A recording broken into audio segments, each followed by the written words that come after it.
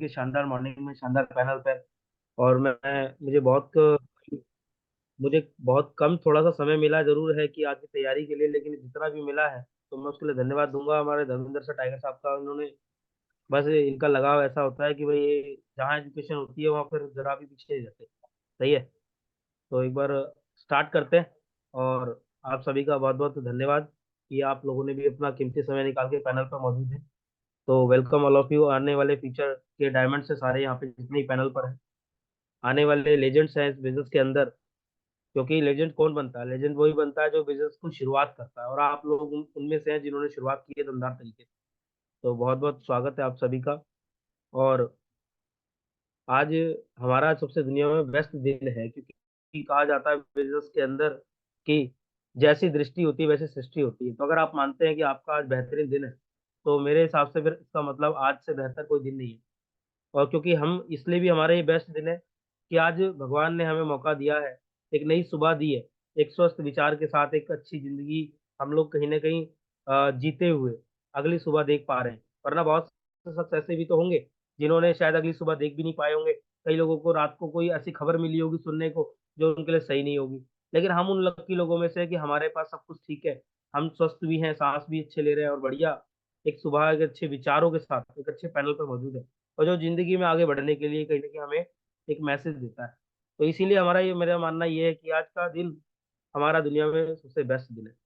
तो उसके लिए धन्यवाद देना चाहिए हमारे को भगवान का। और दूसरा धन्यवाद देना चाहिए इस बिजनेस के अंदर आने वाले और लाने वाले शख्स का, ओंकार सर का, क्योंकि इस बिजनेस के अंदर उन्होंने हमें उंगली पकड़ के चलना सिखाया है। और आज सफल होके बताया है कि भाई मैं तो सफल हो गया और अगली बारी आपकी है। यानी कि ऐसे सफल हुआ जा सकता है। और किस तरीके से अपने काम को करते हुए, संघर्ष को करते हुए भी एक आदमी, जो कि इस बिजनेस के अंदर कहा जाता है कि ये 3 पीढ़ियों तक का बिजनेस है, यानी 3 पीढ़ियों को रिटायर करता है। तो इन्होंने अकेले रिटायर होकर तो बताया, साथ ही साथ अब इनकी आने वाली 3 पीढ़ियां, यानी कि एक आदमी 40 साल जॉब करके, 30 से 40 साल जॉब करके रिटायर होता है। तो लगभग इन्होंने 120 साल सेव कर दिए अपने साथ मिला करके, अपनी फैमिली के 120 साल बचा लिए, क्योंकि 3 पीढ़ियां इन्होंने रिटायर कर दी। तो आज कहीं ना कहीं यहाँ से एक सोच मिली कि जब एक व्यक्ति कर सकता है तो हम भी कर सकते हैं। तो धन्यवाद सर का ऐसी सोच बनाने के लिए। दूसरा धन्यवाद इस बिजनेस में उंगली पकड़ के जो लेके आता है, जो शख्स हमारे को और आपको, क्योंकि हम लोग किसी न किसी व्यक्ति के माध्यम से आए हैं। तो ये तो पक्की बात है, ऐसा तो नहीं है कि हमें राह चलते रोड पे पड़ा हुआ बिजनेस मिल गया और हमने उठाया और आज गले से लगा लिया। ऐसा तो नहीं है। यहाँ इस बिजनेस के अंदर हमें और आपको सबको कोई ना कोई तो लाया है। तो इस बिजनेस में उसको स्पॉन्सर कहा जाता है। और यदि वो स्पॉन्सर आपका आपका अपलाइन बन जाए, यानी कि अपलाइन कौन होता है? जो आपको उंगली पकड़े चला रहा होता है, साथ साथ आपका मार्गदर्शन कर रहा होता है, वो आपका स्पॉन्सर अपलाइन में बदल जाता है।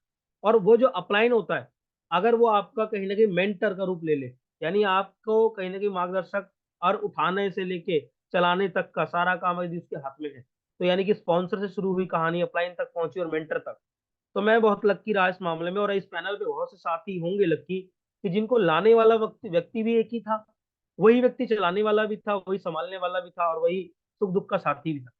तो मैं आज सतीश सर का धन्यवाद दूंगा। इस बिजनेस के अंदर उन्होंने आज वो व्यक्ति हमारी लाइफ में बन के बताया है।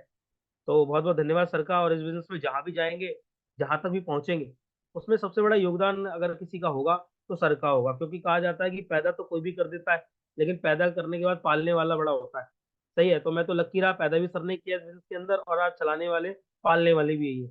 तो बहुत बहुत धन्यवाद। जितना मैं धन्यवाद करूँ उतना कम है। शायद मेरे पास शब्द भी कम पड़ जाएंगे इनका धन्यवाद करने। तो बहुत बहुत धन्यवाद। और साथियों, आज का जो मेरा टॉपिक रहेगा वो रहेगा डायमंड। क्योंकि दोस्त, ये मेरे दिल के बहुत करीब है, ये जो टॉपिक है डायमंड शिप। क्योंकि मैं आज आपके सामने, जो आप मुझे सुन पा रहे हो, या बहुत से साथी मुझे जानते भी होंगे जो क्लोजली, या फिर जो एजुकेशन की धर्मेंद्र सर बात कर रहे हैं। तो दोस्तों, धर्मेंद्र सर ने जो एजुकेशन की बात मेरे को जोड़ करके की है, वो मैं अपनी वजह से नहीं ले पाया हूँ। वो सिर्फ एक चीज की वजह से ले पाया हूँ, क्योंकि जब मैं बिजनेस में आया था तो बहुत नेगेटिव किस्म का इंसान था। यानी कि बिजनेस को ठीक है, लोगों जैसे आज फेसबुक पे, इंस्टाग्राम पे जो वीडियो बनती है नेटवर्क मार्केटिंग को लेकर के, लोगों का मजाक बनाया जाता है, मैं उनमें शामिल हुआ करता था। जब नेटवर्क मार्केटिंग की बात हुआ करती थी, तो जैसे वहां पर वीडियो के माध्यम से लोगों का मजाक उड़ाया जाता है। जो आजकल यूट्यूब पे वीडियो आप सुनते होंगे, फेसबुक पे, इंस्टाग्राम पे, जहां पर ये बताया जाता है कि नेटवर्क मार्केटिंग करने वाले को सब क्या क्या होता है, यानी इनका मखौल बनाया जाता है, मैं उन लोगों में शामिल रहा करता था। लेकिन जब इस बिजनेस में जब आया, तो एक ऐसा दिन मेरी लाइफ में आया, यानी कि मैं जब ज्वाइन हुआ उसके मात्र 2 से 3 दिन के अंदर अंदर मुझे इस बिजनेस के अंदर एक डायमंड शिप में जाने का मौका मिला। और वो डायमंड शिप थी हमारी पंकज सर की। और उस समय पंकज सर को डायमंड बनने से पहले मैंने मेरे घर में देखा था, क्लोजिंग करने आए थे को ट्रेनिंग। और को ट्रेनिंग की क्लोजिंग करने आए थे तो उन्होंने, बस ज्यादा बात तो मुझे समझ में नहीं आई, लेकिन मुझे बस ये समझ में आया कि व्यक्ति रिटायर होने वाला है, यानी जस्ट रिटायरमेंट की गेट पर है और उनकी उम्र 37 साल है। तो मैंने कहा यार 37 साल का व्यक्ति कहाँ रिटायर होता है, ये मेरा पहला क्वेश्चन मेरे दिमाग में आया।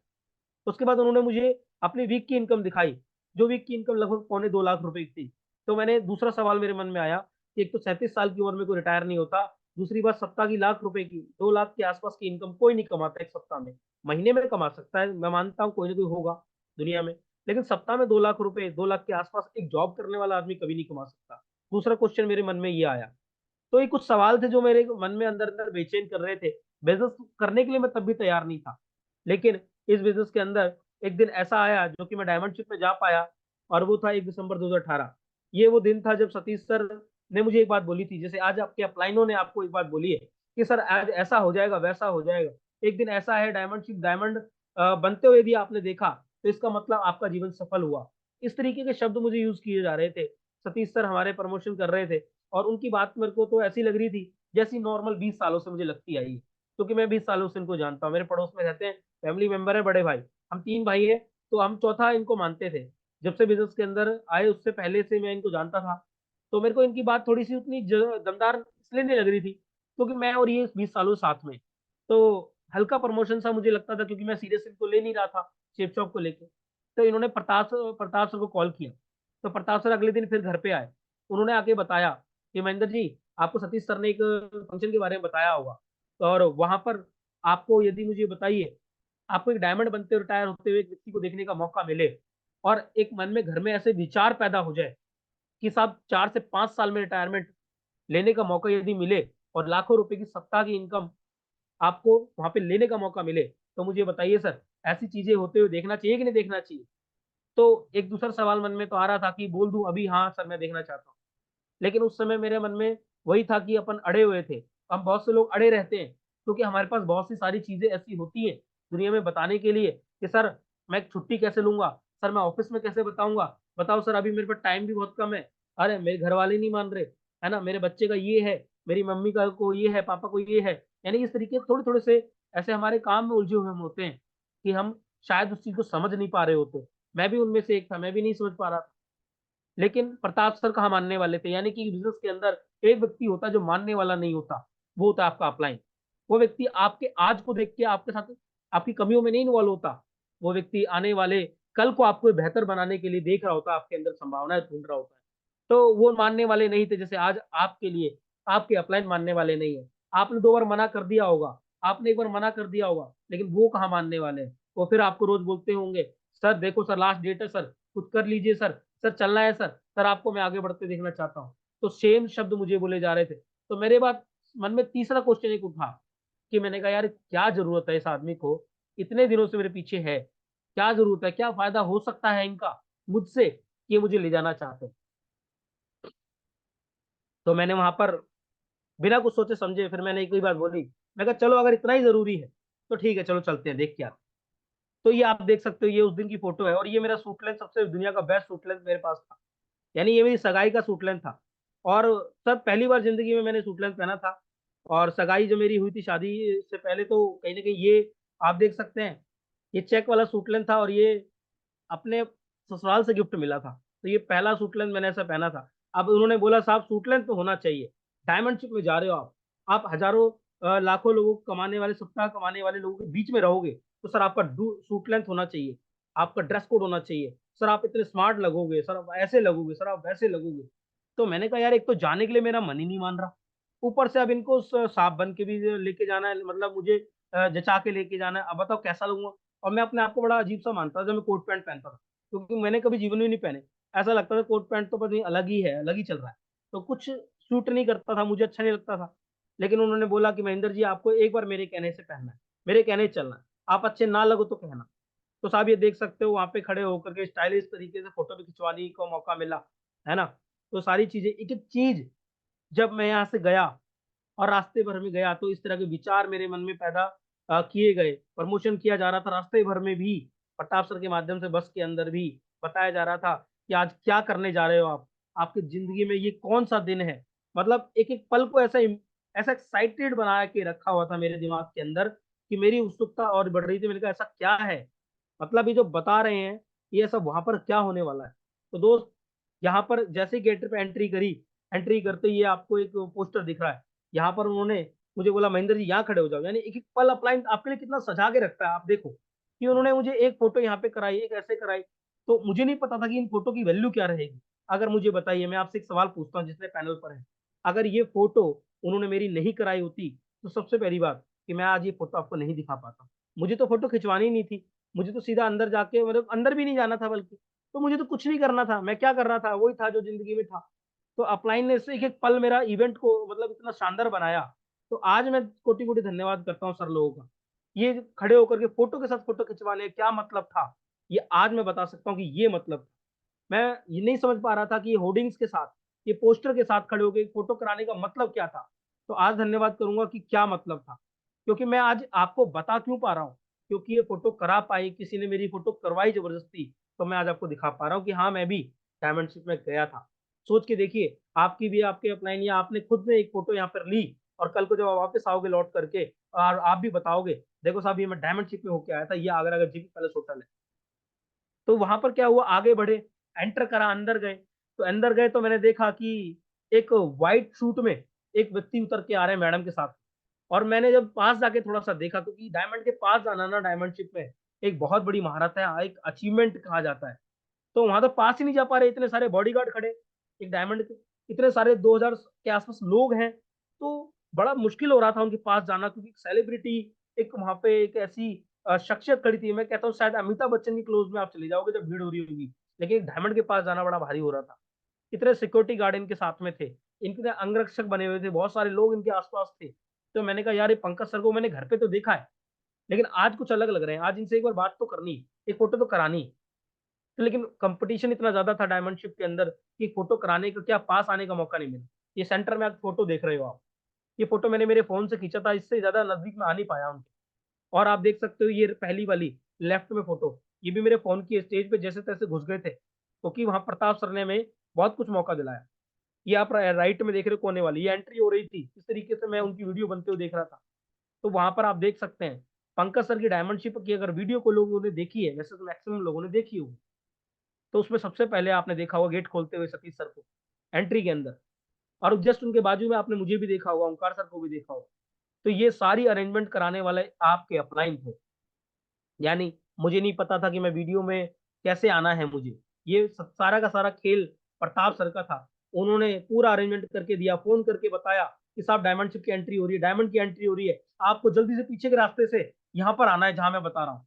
तो जैसे जैसे उन्होंने किया, मात्र कुछ सेकंड के अंदर मैं, सतीश सर, ओंकार सर भागते हुए चलते हुए और सीधा जाके वहां खड़े हो गए लाइन के अंदर। तो दोस्त, अपलाइन आपके लिए क्या गेम सेट करके बैठा है, ये आज आप नहीं कह सकते, आप नहीं समझ सकते। लेकिन एक बात बोलूंगा कि अपलाइन ने आपके लिए बहुत कुछ सोच रखा है। अपलाइन आपको जिंदगी इतिहास में अमर करना चाहता है। तो आज अगर आपको अपलाइन ने मौका दिया डायमंडशिप में जाने का, आज आपको प्रमोशन किया, आपका नाम उनकी जबान पर आया है, तो दोस्त याद रखना, जिंदगी में आगे आप अमर होने जा रहे हो, क्योंकि आप सिर्फ एक डायमंडशिप अटेंड करने नहीं जा रहे हो, आप इतिहास में अमर होने जा रहे हो। दोस्त, ये वाकई मेरी दूसरी डायमंडशिप आई हरिनारायण चौधरी जी की, और ये उस समय थी जब दिल्ली में दंगे हुए थे। जस्ट मैं मात्र बात करूं उसी दिन की है, जिस दिन 16 फरवरी को, जिस दिन दंगे हुए स्टार्ट दिल्ली के अंदर, और हम ऑन द वे थे, यमुना एक्सप्रेस वे पे, हम शाम का समय था, हम वापस आ रहे थे डायमंडशिप। तो उस समय की मुझे इसलिए ये डेट याद है, क्योंकि दिल्ली में उस समय दंगे भी थे, तो ये डेट मिली जुली इसलिए मुझे याद है। और यकीन मानना, ये दूसरी डायमंडशिप यानी पहली डायमंडशिप ही मेरे जीवन में एकदम 180 डिग्री का परिवर्तन करके चली गई थी।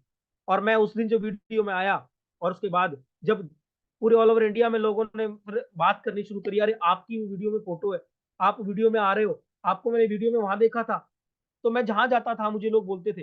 तो उस समय जब सतीश सर और हमने बिजनेस की शुरुआत करी थी, तो उस समय शायद कुछ भी नहीं था दिखाने को, हम सिर्फ एक अजय पंडित जी की वीडियो दिखाते थे, सतपाल पहलवान, सत्येंद्र प्रसाद जी की दिखाते थे, हम धर्मवीर सर की वीडियो दिखाते थे।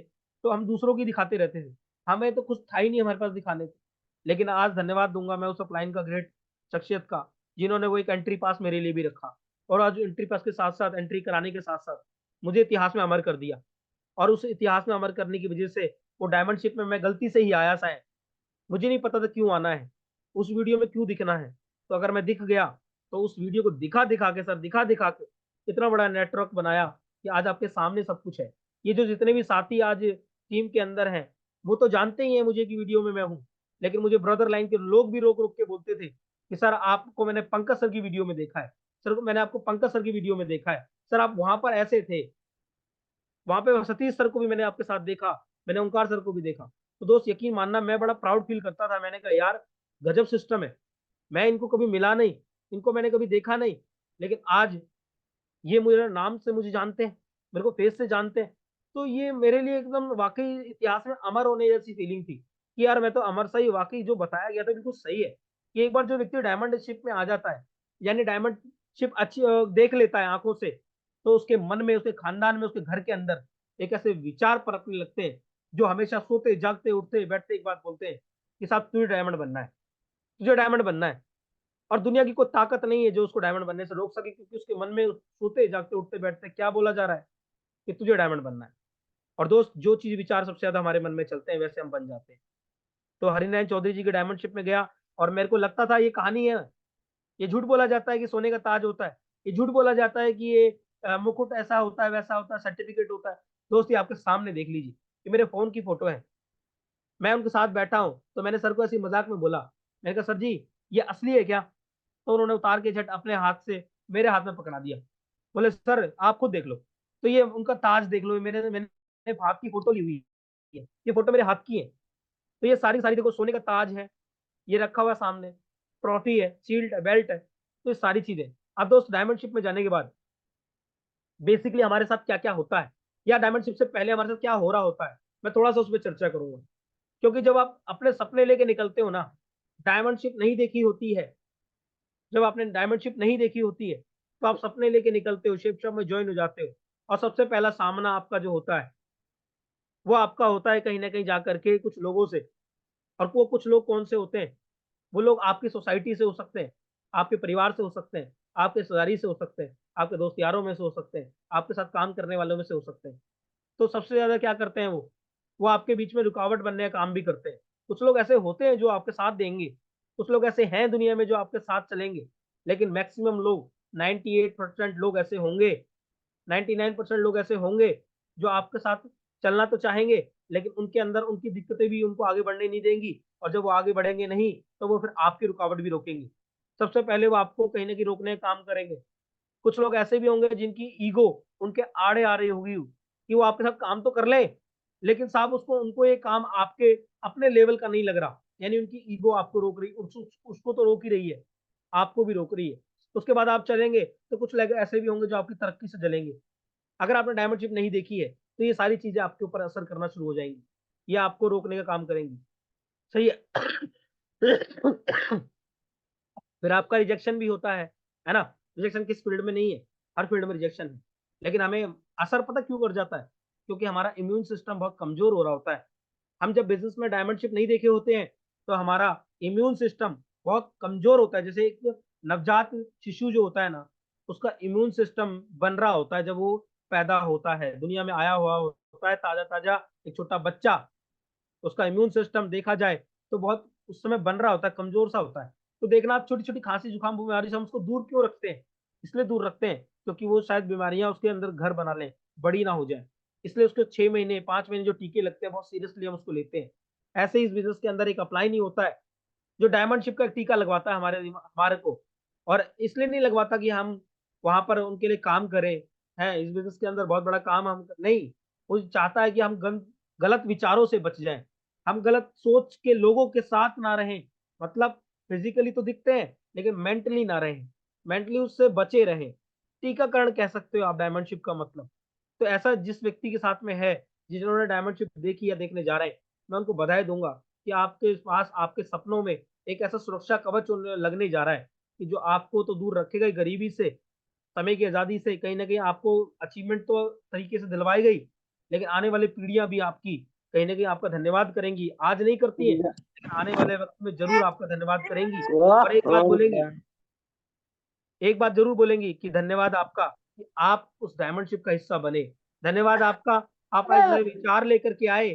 धन्यवाद आपका कि आपने एक ऐसा दिन निकाला जो कि शायद आज हम अगर उस दिन का इंतजार या उस दिन के अंदर नहीं होते तो शायद हम गरीबी में ही रह जाते, हम टाइम फ्रीडम नहीं प्राप्त कर पाते, हम कहीं ना कहीं आर्थिक आजादी नहीं प्राप्त कर पाते। तो धन्यवाद आपका। तो दोस्तों, जो कोर ट्रेनिंग के अंदर हमने सुपर दादाजी वाली जो स्टोरी सुनी है ना, तो आप देखो, अपने परिवार के लिए, ये देखो, पा में आधा पहले पा बनाओ फिर। तो जैसे कि मैं बात कर रहा था कि आपने कोर ट्रेनिंग के अंदर वो सुपर दादाजी वाली कहानी सुनी है ना, तो आप अपने परिवार के लिए वो विचार बनने वाले हो, वो सोच वो लाने वाले, वो व्यक्ति बनने वाले हो जो सुपर दादाजी कहलाओगे, सुपर दादी कहलाएंगे, है ना। तो इस बिजनेस के अंदर कब होगा? अरे उस समय तो यार मेरे पिताजी डायमंडशिप में गए थे, अच्छा हाँ इस वजह से शायद ये हुआ है। तो इस तरीके से लोग आपको याद करेंगे। फिर आप आगे चलते हो तो आपके फ्रेंड्स होते हैं, दोस्त यार होते हैं जो आपको कहीं ना कहीं रिजेक्शन देंगे। कुछ रिलेटिव होते हैं, कुछ फियर, आपका खुद का डर होता है, सही है। कुछ सोसाइटी होती है ना। और कुछ आपके अंदर की आत्मग्लानि सी होती है कि यार गिल्टी सा महसूस करते हैं, गलत में फंस गया यार, है ना, गलत में आ गया यार। और खुद के सेल्फ डाउट होते हैं। फिर ले दे के बिजनेस अगर आप कर रहे हैं, चलो जैसे तैसे बिजनेस स्टार्ट भी कर दिया, तो वहां पर आपको अपना बॉस का डर रहेगा, है ना। कहीं ना कहीं अगर बिजनेस कर रहे हैं खुद का, तो फिर लॉस का डर रहेगा। ये छोटी छोटी दिक्कतें हैं जो हमें रोकती हैं। लेकिन डायमंडशिप एक ऐसा विचार है, डायमंडशिप एक ऐसा इवेंट है जो ये सारी चीजों से हमें कहीं ना कहीं मुक्त करता है। और कहा जाता है you are the CEO of your life. आप अपनी जिंदगी के चीफ एग्जीक्यूटिव ऑफिसर हैं। आज आप जैसे अपनी जिंदगी को डिजाइन करना चाहोगे, वैसी ये जिंदगी आपकी बन जाती है। क्योंकि आज दोस्त कहा जाता है जितने पैसों के हम इंसान हैं ना आज, तो शायद उतने पैसों की हमने शिक्षा भी ली है, और आज उतने पैसों के लिए हमने अपने ऊपर काम किया है, तो आज हम उतने पैसों के बन चुके हैं। लेकिन अगर दोस्त इससे ऊपर जाना है, इससे ऊपर अगर उठना है और इससे ज्यादा पैसों का इंसान बनना है, तो इससे ज्यादा पैसों के विचार आप आपके दिमाग में पैदा करने पड़ेंगे, अपनी लाइफ में परिवर्तन करना पड़ेगा। और लो लाइफ में परिवर्तन इस घर में रह करके, इस सोसाइटी में रह करके, इस माहौल में रह करके शायद नहीं पूरा हो सकता। उसके लिए सोसाइटी बदलनी पड़ेगी, माहौल बदलना पड़ेगा। और वो कैसे होगा? वो डायमंड शिप में जाने से होगा। वो डायमंड शिप की उस छत के नीचे पता नहीं क्या जादू है कि जब तक आप उस डायमंड शिप की छत के नीचे रहते हो, आप कुर्सी से 1 इंच ऊपर बैठे रहते हो। यानी इस बात का मतलब ये है कि आपका एक्साइटमेंट लेवल, आपकी एक सोच अमीरी वाली होती है। आप कहीं ना कहीं अपने उस जब तक उस हॉल में होते हैं, तब तक आप अपने खानदान का टाटा बिरला वाली फीलिंग आपके अंदर होती है कि साहब जो भी हूँ आज मैं वो कर सकता हूँ। मेरे अंदर वो सब कुछ है जो मैं सफलता के लिए जो चाहिए। और वहां पर जाके पेन की परिभाषा का पता लगता है। पेन मतलब दर्द, और दर्द की परिभाषा वहां पे जाके कैसे पता लगी कि positive attitude in negative situation. अगर हमें बहुत बड़ा जीवन में काम करना है, तो कहीं ना कहीं हमें अपने एटीट्यूड को पॉजिटिव रखना पड़ेगा। और कहाँ कहाँ रखना पड़ेगा? हर जगह। जब जब इस बिजनेस को लेकर निकलोगे, तब तब आपको अपने साथ में ये पॉजिटिव एटीट्यूड रखना पड़ेगा। जबकि आपको पता है कि आपको समय लग रहा है, परेशानी आ रही है, तब तब आपका भगवान परीक्षा ले रहा है और चेक कर रहा है कि ये डायमंडशिप तो दिखाया, ये डायमंड तो बनना चाहता है, लेकिन क्या वाकई देखूं इसको कि अंदर से चाहता है बाहर से चाहता है। तो भगवान आपको परीक्षा देगा आपके समय समय पे। लेकिन अगर वहां पर आपने डायमंडशिप को देखा है, आपने डायमंड को सुना है, आपने डायमंड का संघर्ष को नोट किया है, और आपने उससे अपने आप को जोड़ दिया, तो यकीन मानना कि आपका जो दर्द है इस तरीके से इसमें बदल जाएगा। जो कि कहता है positive attitude in negative situation. आपका हमेशा। और डायमंडशिप देखने के बाद आपको एक बात का पता तो लगने वाला है कि बैरन बफे जी एक बात बोलते हैं, an idiot with a plan can beat a genius without a plan. मतलब एक मूर्ख आदमी, एक मूर्ख मतलब कि जो अपने आप को ये मानता हो कि साहब मैं बहुत कम पढ़ा लिखा हूँ, मैं कुछ भी नहीं हूँ, शायद मैंने कोई बहुत बड़ा काम नहीं किया, मैंने कोई डिग्री नहीं ली, मैं ऐसा दिखता हूँ, मैं वैसा हूँ, मैं ऐसा नहीं हूँ। तो अपने आप को जो कम मानता हो, वो आज ध्यान से इस बात को समझे अपने आप को। भले ही वो आज नहीं समझ पा रहा हो, लेकिन मैं गारंटी देता हूँ डायमंडशिप के होने के बाद, डायमंडशिप के आने के बाद आपके पास एक इतनी बेहतर प्लानिंग होगी जो शायद आज तक कोई आपकी नहीं करा पाया हो। सही है। अपलाइन तो मैं आपके साथ जुड़ के काम कर रहा है, अपलाइन आपको प्रमोशन कर रहा है, आपको बता रहा है, प्लानिंग दे रहा है, लेकिन शायद शायद अब सेम। तक आपको वो प्लानिंग नहीं समझ में आई होगी। लेकिन डायमंडशिप से आने के बाद आपके साथ ये होने वाला है ठीक है। कि an idiot with a plan can beat a genius without a plan. एक मूर्ख आदमी जो आपको अपने आपको मूर्ख मानता है, वो एक बेहतर प्लानिंग के साथ में काम करेगा डायमंडशिप के बाद। और एक जीनियस जो बहुत पढ़ा लिखा है, बहुत एजुकेटेड है, उसको पछाड़ने का काम कर सकता है वो। ये कब होगा, ये एटीट्यूड कब बनेगा? ये डायमंड शिप के बाद बनेगा। तो ये होता है।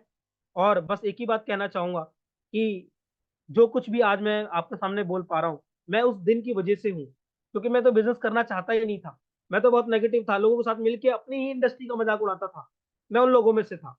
सही है। कोई व्यक्ति, हमारे घर में तालियां बजती थी, डायमंड शिफ्ट और ये अपना ट्रेनिंग होती थी, मीटिंग होती थी, तो पड़ोसी मुझसे पूछता था कि साहब ये तालियां किस चीज की बज रही है। मैंने कहा कोई बात नहीं, शायद बर्थडे सेलिब्रेशन है, चल रहा है मेरे घर में, मुझे नहीं पता। तो मैं उसके साथ में ही ना हंसी मजाक करने में लगा रहता था। मैं इतना नेगेटिव किस्म का इंसान था। लेकिन वो डायमंड शिप अगर मेरे जीवन में नहीं आई होती, और मैं उस डायमंड बनते हुए नहीं देख के आया होता, उसको सुन के नहीं आया होता, तो शायद मैं आपके सामने इस तरीके से नहीं होता। आज दुनिया में कोई ताकत नहीं है जो मेरे को आकर के मेरे अपलाइन, मेरे बिजनेस के बारे में मुझसे आगे मजाक उड़ा दे और मैं उसको सुन लूं। साहब इस बिजनेस ने ऐसा एटीट्यूड बनाया है। तो मैं आपको ये कह सकता हूँ कि डायमंड शिप अपने आप में एक बहुत बड़ा अजूबा है। सातवां आठवां अजूबा जो कि आज हम दुनिया में जानते हैं, ये उसी अजूबे का एक तरीके से बराबरी, एक इसकी वैल्यू दे सकते हैं। क्योंकि वहां पर बहुत से शब्द, अब मुझे ये भी बताया गया था, महेंद्र जी 5 स्टार होटल में जा रहे हो, आपको वहां पे लंच मिलेगा। सही है। बहुत बड़ी अच्छी प्रॉपर्टी है, लग्जरी प्रॉपर्टी है। वहां पे आपको फोटो वीडियो खींचने का मौका मिलेगा। तो दोस्त, अगर मैं वहां पे जाके लंच खाने में रह जाता, वहां पे जाके फोटो खिंचवाने में रह जाता, तो शायद आज ये परिवर्तन मेरे अंदर आप नहीं देख पा रहे हो। तो आज ये जो कुछ भी हुआ है, 1,500 से 2,000 लोगों का जो आज नेटवर्क मेरे साथ में काम करता है, ये सब कुछ उस सोच, इस बीज की वजह से, जो बीज मैं वहां से लेके आया और मेरे दिमाग में वो बीज बोया, तो आज वो फल दे रहा है, आज वो वृक्ष बन चुका है। तो ये सब कुछ उस दिन की वजह से है। तो मैं डायमंड शिप के अंदर आप सभी को एडवांस में बधाई दूंगा कि आपको भी मौका मिल गया, आप भी जाने वाले हैं। लेकिन एक बात जरूर ध्यान रखिएगा कि जो हमें दिशा में बताया जाता है ना, कि वेइंग मशीन में नहीं फंसना। यानी वहां पर जब आप एंटर करोगे, आपको लुभावना गार्डन दिखेगा, लुभावनी इमारत दिखेगी, लुभावने आपको तस्वीरें दिखेंगी, और बहुत से लोग उसी में होके रह जाएंगे। उसको अपलाइन बोल रहा है, साहब कहाँ रहे, अंदर आओ, कुर्सी फिल हो रही है, हॉल में बैठना, जल्दी आओ, सीटें भर चुकी हैं, आपको मौका नहीं मिलेगा।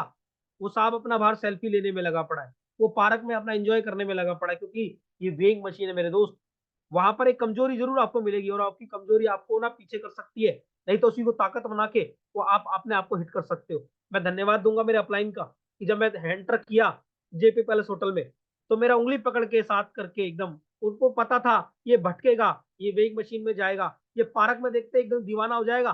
पार्क इतना शानदार है, जहाँ पेड़ पौधे इतने शानदार है, वहां पे होर्डिंग्स इतने शानदार लगे, तो इनको पता था ये जाके अपने सेल्फी लेता रहेगा, और 2.5 घंटे तक सेल्फी लेता रहेगा, ये हटेगा नहीं वहां से। तो उन्होंने, धन्यवाद मेरे अपलाइन का, कि मुझे वेइंग मशीन में नहीं फंसने दिया। तुरंत उन्होंने एक बात बोली, महेंद्र जी क्या खाना खाने आए हो, या फोटो खिंचवाने आए हो, या फिर एक जीवन में एक ऐसा बड़ा काम करने आए हो कि जो आज आप डायमंड बनते हो देख रहे हो, कल को आप भी डायमंड बनना चाहते हो, बताओ सर, क्या खाना खाने आए हैं, क्या फोटो खिंचवाने आए हैं, या डायमंड बनने आए हैं? मैंने कहा सर डायमंड बनने आए हैं। तो बोला सर उसके लिए आपको सीधा हॉल में जाना पड़ेगा, आप पहले देखिए अगर आपकी वहां पे सीटें खाली है, तो आप सीट पे बैठिए जाके। और सर खाना तो रोज खाते हैं, फोटो तो रोज खिंचवाते हैं, लेकिन आपको सबसे पहले आपका पर्पस क्या है, यहाँ दिल्ली से आप आगरा आए हो, आपका पर्पस क्या है? मैंने कहा वो इवेंट को देखना। तो बोलो कब देख पाओगे? मैंने कहा वो तो जब आगे आगे आपकी सीट पे बैठ के या तसल्ली से देखा जा सकता है। तो उन्होंने बोला महेंद्र जी, आप मुझे ये बताइए कि अगर आप वहां पर सीट अगर आपको मिल गई, तो आप तसल्ली से तब देख पाओगे, या फिर आप खड़े खड़े ज्यादा अच्छी तरीके देख पाओगे? तो उन्होंने मुझे बोला कि महेंद्र जी आपको सीट तभी मिलेगी जब आप, अभी फोटो तो आप जाते हुए भी खिंचवा लेना, खाना तो आपको मैं बढ़िया सा खिलवा दूंगा, चिंता ना करो आप। तो उन्होंने मुझे कुछ इन चीजों से बचाया, और इनके मायने इतने बड़े थे, इतने बड़े थे, कि शायद मैं अगर वहां सीट पे बैठ के और आगे आगे बैठ के डायमंड शिप नहीं देखता, तो मैं वो फीलिंग नहीं ले पाता, मैं भी घूमने फिरने में रह जाता। उन्होंने मुझे बोला महेंद्र जी ज्यादा पानी नहीं पीना है, ज्यादा पानी पियोगे तो बार बार आपको वॉशरूम जाना पड़ेगा, और वॉशरूम जब बार बार जाओगे तो डायमंड शिप के खाक सुनोगे, है ना, डायमंड शिप का खाक देखोगे। तो सोच के देखो यार, एक अपलाइन आपके लिए कितनी बड़ी गेम सेट करके दे रहा है, आपको कितना बड़ा दिन सेट करके दे रहा है, आपका दिन कितना बेहतरीन बनाने वाला है। तो सोच के देखो, उन्होंने मुझे ये भी बता दिया कि महेंद्र जी बार बार पानी पीने के लिए जाओगे ना, बार बार अगर बाथरूम जाओगे, तो फिर डायमंड शिप कब देखोगे? यही पल जो अभी आने वाला है, यही तो पल आप इतना बेहतरीन है, जो आप वहां से यहाँ पर आए हो, जिसके लिए आपको मैंने लेके आया हूँ, अभी आपके वो पल आने वाला है। तो उन्होंने मेरा एक एक दिन बचाया, मतलब एक एक मिनट बचाया। और आज की डेट में मैं शायद इन बातों को उस समय नहीं समझ पा रहा था कि वो क्यों बोल रहे हैं कि महेंद्र जी पानी ज्यादा नहीं पीना है, तो आप बार बार बाथरूम जाओगे, और बार बार बाथरूम जाओगे तो उससे क्या होगा पता है, आपकी डायमंडशिप छूट जाएगी, आपका मेन पर्पस रह जाएगा। उन्होंने बोला महेंद्र जी खाना बाद में खा लेना, पहले आपको डायमंडशिप देखनी है, क्योंकि उनको पता था कि ये विचार यदि वो मेरे दिमाग में पैदा नहीं करते तो मैं इन चीजों में उलझ जाता, और इन चीजों में उलझ जाता तो डायमंड को कब सुनता, डायमंडशिप कब देखता। बहुत से लोग ऐसे हैं, और मैं उनको अभागा व्यक्ति कहूंगा अगर ऐसा होता है, और मैं ऐसा मानता हूँ इस बिजनेस इस पैनल पे एक भी अभागा व्यक्ति नहीं है। कौन होते हैं वो अभागे व्यक्ति, कि जो जाते तो हैं अपने पर्पस को सॉल्व करने के लिए, अपने जीवन को बेस्ट बनाने के लिए, लेकिन कोई फोटो में फंस के रह जाएगा, कोई खाना खाने की लाइन में लगा रहेगा, और डायमंडशिप अंदर चल रही होगी।